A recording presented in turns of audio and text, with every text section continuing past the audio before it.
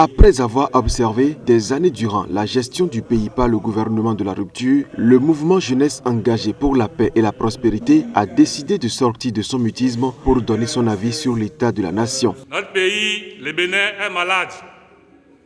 Oui, il est victime depuis longtemps de nombreux malheurs. Ces malheurs s'appellent la violence, le recul de la démocratie, l'instabilité, pour ne citer que cela.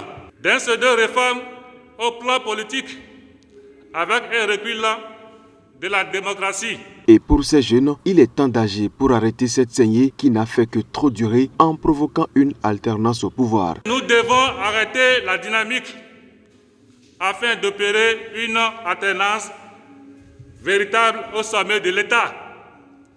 Malade, oui, mais il existe un remède en chacun de nous. Un remède qui peut guérir le Bénin. Ce remède est notre volonté. Nous portons notre choix sur un patriote qui a la capacité de nous concilier, de rassembler notre peuple, la nation béninoise tout entière face aux défis qui sont les nôtres. Ce compatriote, c'est M. Gabriel Lorès Aïvi Adjavon. Il a la capacité de dépasser les clivages politiques, les différences et les tranchées qu'ils ont creusées pour livrer la démocratie béninoise.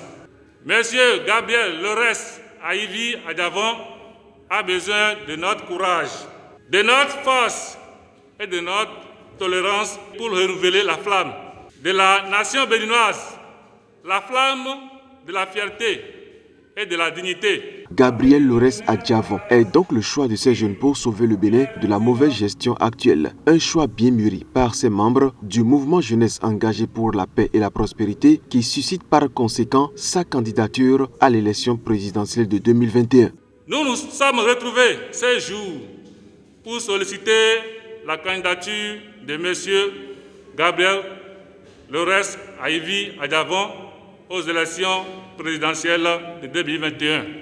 Le Bénin vit un long cauchemar, puis la violence a tenté de briser notre aspiration à la paix, au développement, et nous avons besoin de Gabriel Lorès Aïvi Adjavon pour reprendre les fils du destin béninois.